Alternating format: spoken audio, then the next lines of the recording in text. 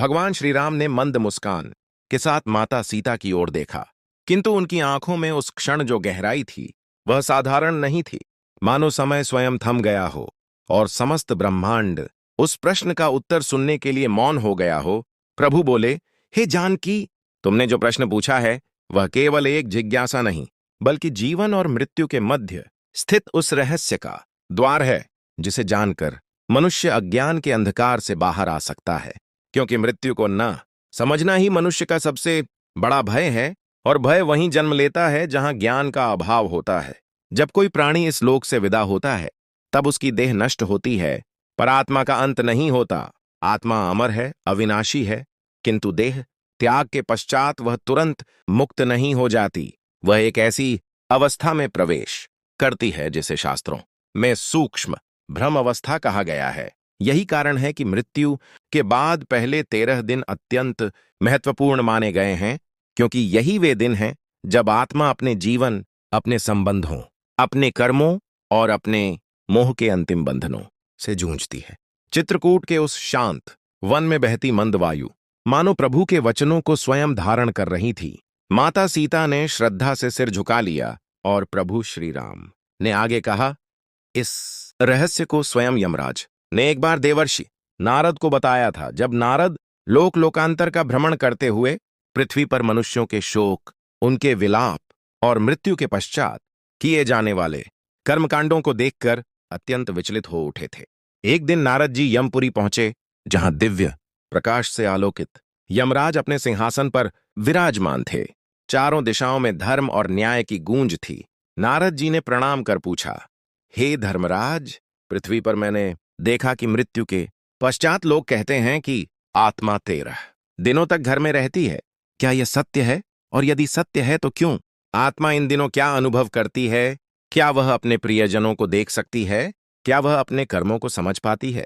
यमराज कुछ क्षण मौन रहे, फिर बोले, देवर्षि, यह प्रश्न अत्यंत गूढ़ है, परंतु आवश्यक है, क्योंकि जब तक मनुष्य मृत्यु के बाद की यात्रा को नहीं समझता, तब तक वह जीवन का मूल्य भी नहीं समझ सकता।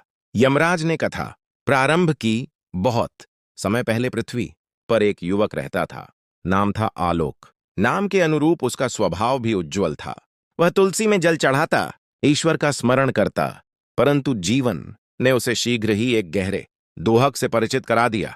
उसके पिता का देहांत हो गया। आलोक ने विधि विधान से अंतिम संस्कार किया, किंतु जब चिता की अग्नि शांत हुई तब उसके मन में एक अग्नि और प्रज्वलित हो गई।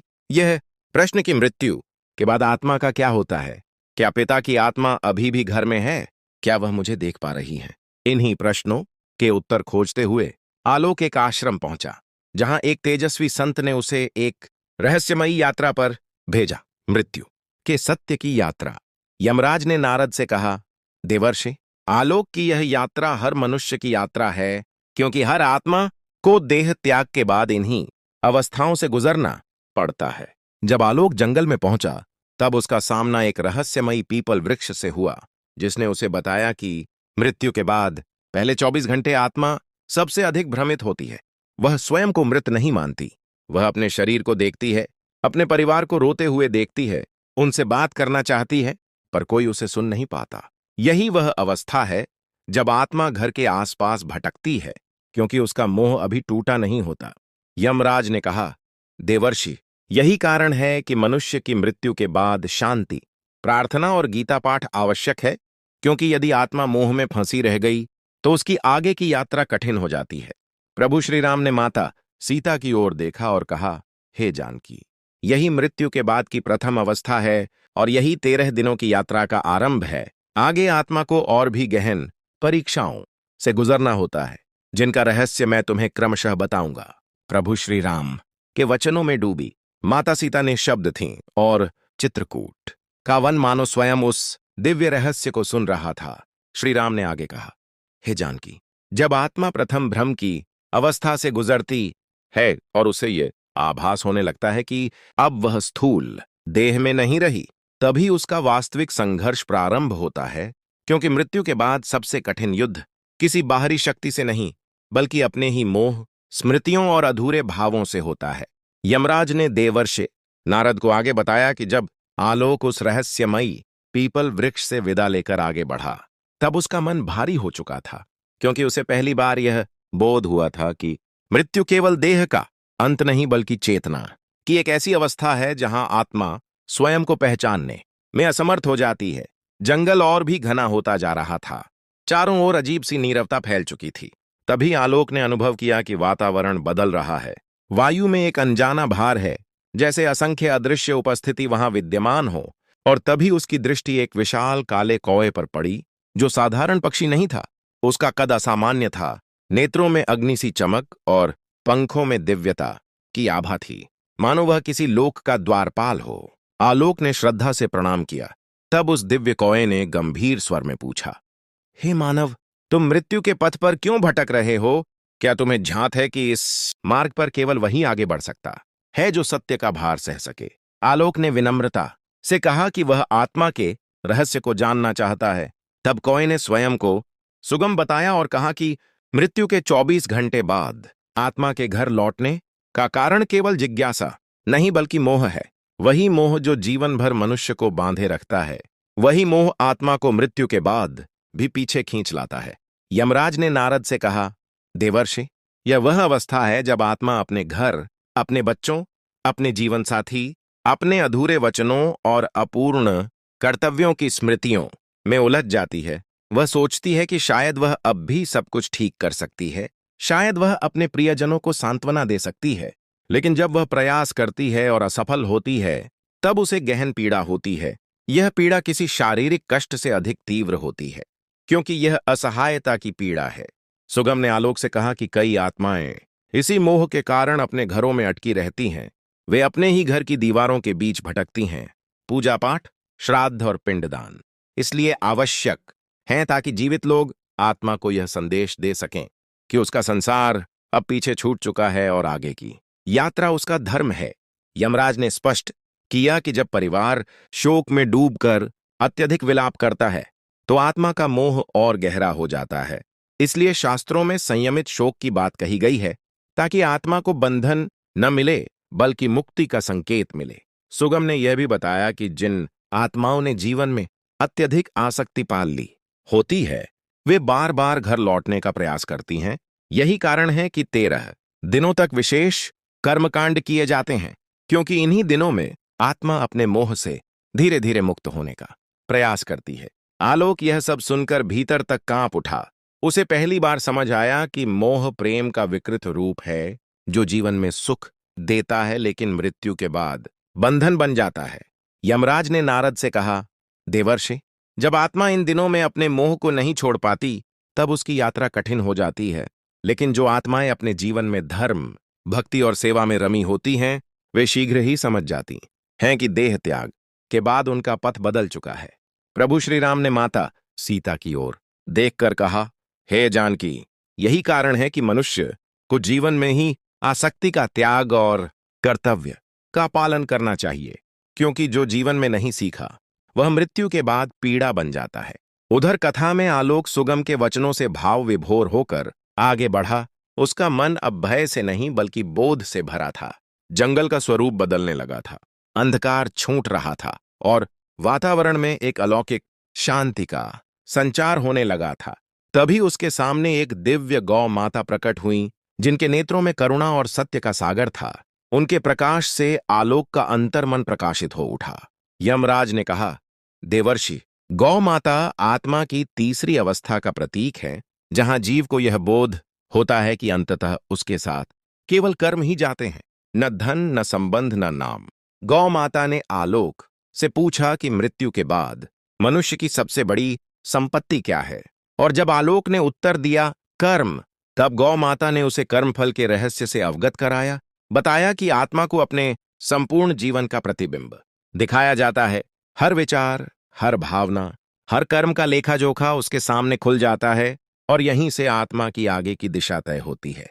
प्रभु श्री राम ने कहा, हे जानकी, ये वही अवस्था है जहां आत्मा पहली बार पूर्ण रूप से स्वयं को देखती है, बिना किसी आवरण के, और यही आत्मबोध या आत्मवंचना का क्षण होता है। आगे की यात्रा इसी के आधार पर निर्धारित होती है। प्रभु श्री राम के वचनों को सुनकर माता सीता का हृदय गंभीर हो उठा। और उनकी दृष्टि स्थिर होकर मानो आत्मा की उस अदृश्य यात्रा को देखने लगी। श्री राम ने आगे कहा, हे जानकी, जब आत्मा अपने कर्मों के सत्य से साक्षात्कार कर लेती है, तभी उसका वास्तविक परीक्षण प्रारंभ होता है, क्योंकि कर्म केवल बाहरी क्रिया नहीं होते, वे मनुष्य की भावना, उद्देश्य और चेतना से जन्म लेते हैं। यमराज ने देवर्षि नारद को बताया कि गौ माता के दिव्य ज्ञान के पश्चात आलोक के भीतर एक गहन परिवर्तन घटित हो चुका था। अब वह भयभीत नहीं था, बल्कि जागृत था। उसे यह स्पष्ट होने लगा था कि मृत्यु के बाद आत्मा को कोई दंड अचानक नहीं मिलता, बल्कि वह स्वयं अपने ही कर्मों की न्यायपीठ पर खड़ी होती है। गौ माता ने आलोक को बताया कि 13 दिनों की यह यात्रा आत्मा के लिए एक सेतु की भांति होती है, जहां वह स्थूल संसार से सूक्ष्म लोक की ओर बढ़ती है। इन्हीं दिनों में पिंडदान, तर्पण और प्रार्थनाओं का महत्व इसलिए है क्योंकि वे आत्मा को यह स्मरण कराते हैं कि उसका सांसारिक आरण अब चुकाया जा रहा है और आगे का पथ उसके कर्मों के अनुसार खुलने वाला है। यमराज ने कहा, देवर्षि, बहुत सी आत्माएं इस अवस्था में पश्चाताप से भर जाती हैं। वे सोचती हैं कि यदि उन्हें एक अवसर और मिलता तो वे अपने जीवन को सुधार लेती, किसी का दिल न दुखाती, किसी के साथ अन्याय न करती, परंतु समय की धारा पीछे नहीं बहती। यही बोध आत्मा के लिए सबसे पीड़ादायक होता है। आलोक ने गौ माता से पूछा कि क्या हर आत्मा को यमलोक जाना पड़ता है? तब गौ माता ने बताया कि नहीं वत्स, यमलोक केवल दंड का स्थान नहीं बल्कि न्याय का स्थान है। जो आत्माएं अपने कर्मों से ही शुद्ध हो जाती हैं, उन्हें वहां रुकना नहीं पड़ता, वे सीधे उच्च लोकों की ओर बढ़ जाती हैं। लेकिन जिन आत्माओं के भीतर अभी भी अहंकार, क्रोध, लोभ और मोह के संस्कार शेष रहते हैं, उन्हें यमराज के दरबार में अपने कर्मों का सामना करना पड़ता है। यमराज ने नारद से कहा कि यमदूत आत्मा को बलपूर्वक नहीं ले जाते, बल्कि आत्मा स्वयं अपने कर्मों के आकर्षण से उस दिशा में खींच जाती है, जैसे नदी स्वाभाविक रूप से समुद्र की ओर बहती है। गौ माता ने आलोक को यह भी बताया कि जीवन में किया गया गौ सेवा, दान, सत्य आचरण और भक्ति आत्मा के लिए एक दिव्य कवच बन जाता है, जो मृत्यु के बाद के भय को नष्ट कर देता है। इसलिए शास्त्रों में कहा गया है कि गौ केवल पशु नहीं, बल्कि धर्म की चलती फिरती मूर्ति है। आलोक का हृदय यह सुनकर द्रवित हो उठा। उसे अपने जीवन की प्रत्येक छोटी बड़ी क्रिया स्मरण होने लगी और पहली बार उसे यह अनुभूति हुई कि जीवन वास्तव में एक परीक्षा है, जिसका परिणाम मृत्यु के बाद नहीं, बल्कि मृत्यु के माध्यम से प्रकट होता है। यमराज ने आगे बताया कि जब आत्मा कर्मबोध की इस अवस्था से गुजरती है, तब वह वैतरणी नदी के तट की ओर अग्रसर होती है। यह वही सीमा है जहां स्थूल और सूक्ष्म लोकों का विभाजन होता है। यही वह स्थान है जहां आत्मा की अंतिम भय और अंतिम आशा दोनों एक साथ प्रकट होते हैं। आलोक ने आगे बढ़ते हुए देखा कि वातावरण अब पूर्णतः बदल चुका था। न तो वहां जंगल का भय था और न ही संसार की चहल पहल, बल्कि एक अलौकिक नीरवता थी जो मन को भीतर की ओर खींच रही थी। तभी उसे दूर से एक विशाल नदी दिखाई दी, जिसका स्वरूप निरंतर बदल रहा था। कहीं वह निर्मल जल की धारा लगती थी और कहीं अग्नि वृक्त से भरी भयावह गर्जना। यमराज ने कहा, देवर्षि, यही वह क्षण है जब आत्मा समझ जाती है कि अब पीछे लौटने का कोई मार्ग नहीं। यही वह सीमा है जहां 13 दिनों की यात्रा अपने अंतिम चरण में प्रवेश करती है। प्रभु श्री राम ने माता सीता की ओर देखकर कहा, हे जानकी, मनुष्य जिस मृत्यु से भय खाता है, वही मृत्यु वास्तव में उसे उसके सत्य से परिचित कराती है, और जो जीवन में इस सत्य को समझ लेता है, उसके लिए मृत्यु केवल द्वार बन जाती है, अंत नहीं। आलोक अब उस नदी के तट पर खड़ा था। उसका हृदय शांत था, क्योंकि उसे अब झांत था कि आगे जो भी होगा वह उसके कर्मों का स्वाभाविक परिणाम होगा, और यही स्वीकृति आत्मा की सबसे बड़ी मुक्ति है। आलोक वैतरणी नदी के तट पर स्थिर खड़ा था और उसके भीतर एक अद्भुत शांति का उदय हो चुका था। भय अब शेष नहीं था, क्योंकि ज्ञान ने उसका स्थान ले लिया था। प्रभु श्री राम ने माता सीता से कहा, हे जानकी, यही वह क्षण है जहां आत्मा अपने जीवन की समस्त यात्रा को एक साथ देख लेती है। यमराज ने देवर्षि नारद को बताया कि वैतरणी नदी केवल जल की धारा नहीं है, यह आत्मा की चेतना का प्रतिबिंब है। जो आत्मा जीवन भर जैसा सोचती, जैसा करती और जैसा अनुभव करती है, मृत्यु के बाद वही सब इस नदी के स्वरूप में प्रकट हो जाता है।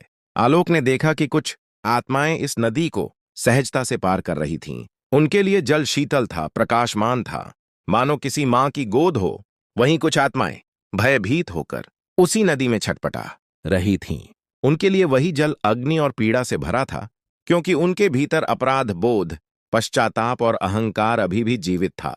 यमराज ने कहा, देवर्षि, आत्मा को कोई दंड बाहर से नहीं दिया जाता, वह स्वयं अपने कर्मों से अपने लिए मार्ग निर्मित करती है। जिन आत्माओं ने जीवन में सत्य, करुणा, सेवा, भक्ति और धर्म को अपनाया होता है, उनके लिए वैतरणी भय नहीं बल्कि सेतु बन जाती है। और जो आत्माएं केवल स्वार्थ, हिंसा, छल और अहंकार में जीती हैं, उनके लिए वही सेतु बाधा बन जाता है। आलोक ने वैतरणी के तट पर एक दिव्य देवी को प्रकट होते देखा, जिनके तेज से अंधकार भी लज्जित हो जाए। वही देवी वैतरणी की अधिष्ठात्री थीं। उन्होंने आलोक को संबोधित करते हुए कहा कि यह नदी अंतिम परीक्षा है। यहां कोई छल नहीं, कोई बहाना नहीं, कोई दिखावा नहीं चलता। यहां आत्मा केवल वही लेकर आती है जो उसने जीवन में अर्जित किया होता है। आलोक ने विनम्रता से पूछा कि क्या आत्मा को कभी दूसरा अवसर मिलता है? तब देवी ने उत्तर दिया, वत्स, अवसर जीवन में मिलता है, मृत्यु के बाद केवल परिणाम मिलते हैं। इसलिए मनुष्य को चाहिए कि वह मृत्यु से पहले जीवन को समझे, क्योंकि जो मृत्यु को समझ गया उसने जीवन को जीत लिया। यमराज ने नारद को बताया कि जब आत्मा वैतरणी को पार कर लेती है, तब वह यमलोक के द्वार पर पहुंचती है, जहां यमराज स्वयं न्याय करते हैं। परंतु यह न्याय किसी राजा की भांति कठोर नहीं, बल्कि पिता की भांति निष्पक्ष होता है। आत्मा के कर्म स्वयं साक्षी बनते हैं और आत्मा स्वयं स्वीकार करती है कि उसे कहां जाना है। कुछ आत्माएं अपने कर्मों के कारण स्वर्गलोक की ओर बढ़ती हैं, जहां वे अपने पुण्य का फल भोगती हैं, और कुछ आत्माएं अपने पापों के शोधन हेतु यमलोक में प्रवेश करती हैं, ताकि उनका अहंकार टूटे और वे पुनर्जन्म के योग्य बन सके। यमराज ने स्पष्ट किया कि यमलोक कोई स्थायी स्थान नहीं, बल्कि आत्मा की शुद्धि की भूमि है, जहां आत्मा अपने दोषों को पहचानती है। आलोक ने यह सब सुनकर अपने भीतर गहन वैराग्य अनुभव किया। उसे लगा जैसे उसका जन्म ही इस सत्य को जानने के लिए हुआ हो। उसने देवी को प्रणाम किया और वैतरणी में प्रवेश किया, और उसके लिए नदी शीतल हो गई, मानो उसका स्वागत कर रही हो। प्रभु श्री राम ने माता सीता से कहा, हे जानकी, यही 13 दिनों की यात्रा का सार है। पहले दिन आत्मा भ्रम में होती है, फिर मोह में बंधती है, फिर कर्मों का बोध होता है, फिर पश्चाताप या शांति, और अंततः न्याय। यही कारण है कि 13 दिनों तक श्राद्ध, तर्पण और प्रार्थना की जाती है, ताकि आत्मा को यह स्मरण रहे कि उसके पीछे जो हैं वे उसे मुक्त देखना चाहते हैं, बांधना नहीं। यमराज की कथा सुनकर नारद जी के नेत्रों से करुणा के अश्रु बहने लगे। उन्होंने हाथ जोड़कर कहा, हे धर्मराज, अब मुझे झांत हो गया है कि मृत्यु भय का नहीं, जागरण का विषय है। मैं इस सत्य को संसार में फैलाऊंगा, ताकि मनुष्य मृत्यु से डरने के बजाय जीवन को पवित्र बनाए। यमराज ने आशीर्वाद देते हुए कहा, देवर्षि, जो मनुष्य इस ज्ञान को समझ लेता है, वह जीते जी मुक्त हो जाता है, क्योंकि उसका हर कर्म यज्ञ बन जाता है। चित्रकूट में प्रभु श्री राम ने अपनी वाणी को विराम दिया। माता सीता ने नमन करते हुए कहा, नाथ, आज आपने मुझे नहीं, समस्त मानवता को मार्ग दिखाया है। अब मुझे झांत है कि मृत्यु अंत नहीं, बल्कि आत्मा की दीर्घ यात्रा का एक चरण है। और इसी के साथ प्रभु श्री राम ने कहा, जो इस सत्य को समझकर जीवन जिए, वही वास्तव में जीवित है। शेष तो केवल सांसें ले रहे हैं। यही यमराज द्वारा नारद को सुनाई गई आत्मा के 13 दिनों की पूर्ण कथा है। यही वह ज्ञान है जो मनुष्य को मृत्यु से पहले जीवन का मूल्य सिखाता है। यदि यह कथा हृदय को स्पर्श करे, तो इसे केवल सुनो मत, जीवन में उतारो, क्योंकि अंत में आत्मा वहीं लेकर जाएगी जो तुमने कर्मों में बदला होगा। बोलो राधे राधे।